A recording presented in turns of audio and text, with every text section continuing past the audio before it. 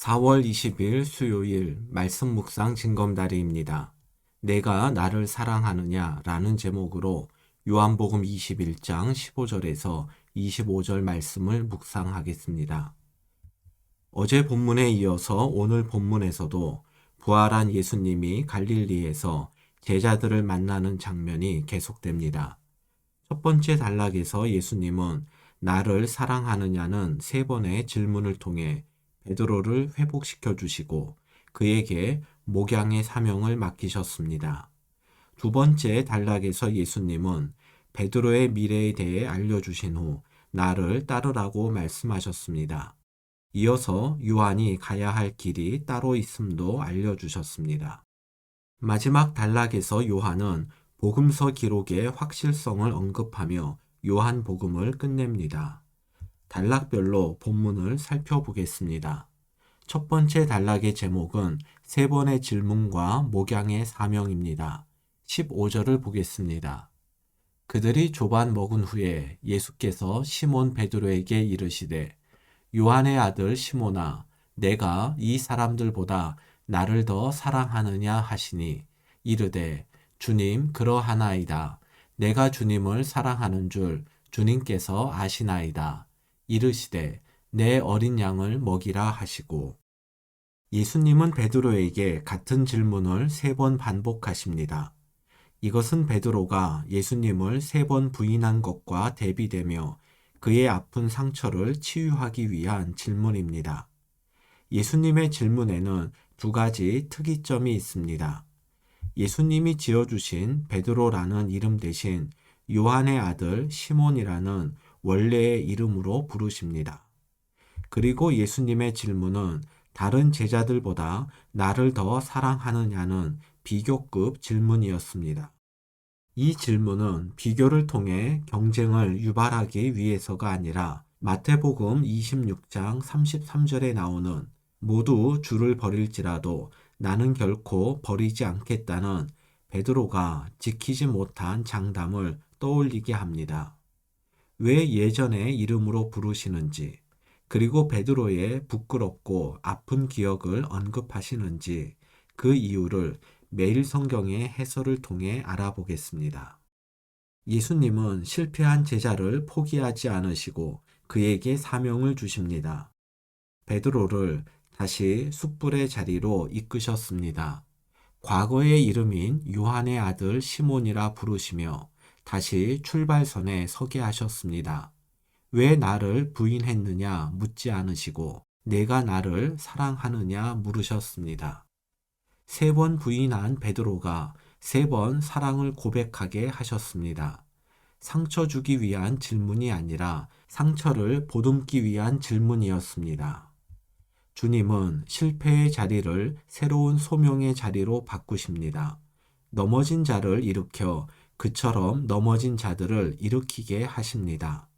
나를 사랑하느냐는 질문 속에 화음처럼 울리는 너를 사랑한다는 음성이 들리십니까? 17절입니다. 베드로의 사랑 고백을 들으신 예수님은 베드로에게 내 양을 먹이라는 사명을 주십니다. 예수님을 사랑하는 사람만이 예수님의 양을 사랑으로 먹이고 돌볼 수 있기 때문입니다. 두 번째 단락의 제목은 베드로와 사랑하시는 제자가 갈 길입니다.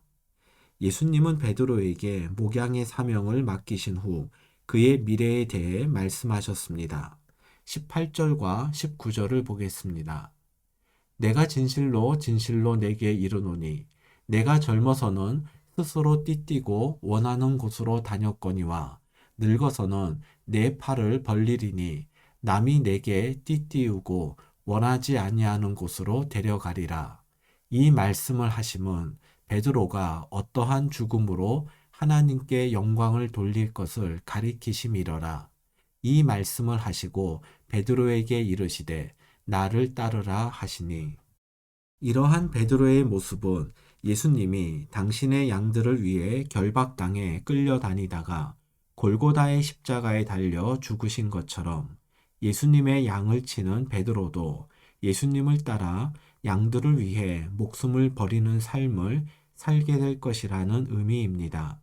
그리고 자기 영광을 추구하지 않고 자기 십자가를 지고 주님을 따르는 것은 사역의 결과나 목양의 열매와 상관없이 하나님께 영광을 돌리는 것입니다.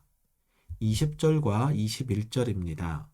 나를 따르라는 예수님의 말씀을 들은 베드로는 아무 답도 하지 않고 뒤를 돌아보았습니다. 그리고 자기 눈에 들어온 요한은 어떻게 될 것인지를 여쭈었습니다. 22절을 보겠습니다. 예수께서 이르시되 내가 올 때까지 그를 머물게 하고자 할지라도 내게 무슨 상관이냐 너는 나를 따르라 하시더라. 요한의 미래가 어떤 모습이든 상관하지 말고 베드로는 베드로의 길을 가는 것이 중요하며 그것이 하나님을 영광스럽게 하는 삶입니다. 각 개인을 향한 주님의 소명은 다를 수 있지만 소명 자체에 우열의 차이는 없습니다. 베드로는 베드로의 길이 있고 요한은 요한의 길이 있으며 주님의 소명을 따라 우리 각자가 가야 할 길이 따로 있습니다. 하나님께 영광 돌리는 삶은 남과의 비교를 멈추고 각자의 부르심에 따라 각자가 가야 할 믿음의 길, 소명의 길을 가는 것입니다. 23절을 보겠습니다. 이 말씀이 형제들에게 나가서 그 제자는 죽지 아니하겠다 하였으나 예수의 말씀은 그가 죽지 않겠다 하신 것이 아니라 내가 올 때까지 그를 머물게 하고자 할지라도 내게 무슨 상관이냐 하신 것이로라. 세월이 흐르면서 내가 올 때까지 그를 머물게 하고자 할지라도 내게 무슨 상관이냐라는 22절 말씀이 초대교회 성도들 사이에 요한은 죽지 않을 것이란 의미로 전해졌습니다. 그래서 요한은 교회에 퍼진 오해를 풀기 위해서 23절을 첨가했습니다. 세 번째 단락의 제목은 복음서 기록의 확실성입니다. 요한은 요한복음 내용을 신뢰할 수 있는 근거 두 가지를 소개하며 요한복음을 마칩니다. 첫째, 내용의 출처입니다. 24절에서 요한은 지금까지의 모든 내용이 처음부터 끝까지 예수님과 함께 했던 자신이 목격한 것이라고 말합니다. 이러한 설명이 의미가 있으려면 먼저 요한의 말과 행동이 사람들에게 신뢰를 받아야 합니다. 성경이 하나님의 말씀으로 사람들에게 신뢰를 받기 위해서 필요한 것은 성경을 하나님의 말씀으로 믿는 사람들의 진실한 삶입니다. 둘째, 선택적 기록입니다. 25절입니다. 요한은 자신이 목격하고 경험한 내용을 전부 기록하지 않았습니다. 요한복음에 기록한 내용만으로도 예수님을 하나님의 아들 메시아로 믿기에 충분하기 때문입니다.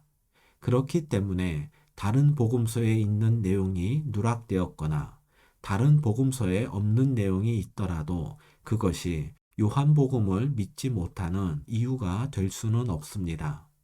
더 많은 증거를 요구하지 말고 주님을 믿기에 충분한 내용이 기록된 성경을 가까이 합시다.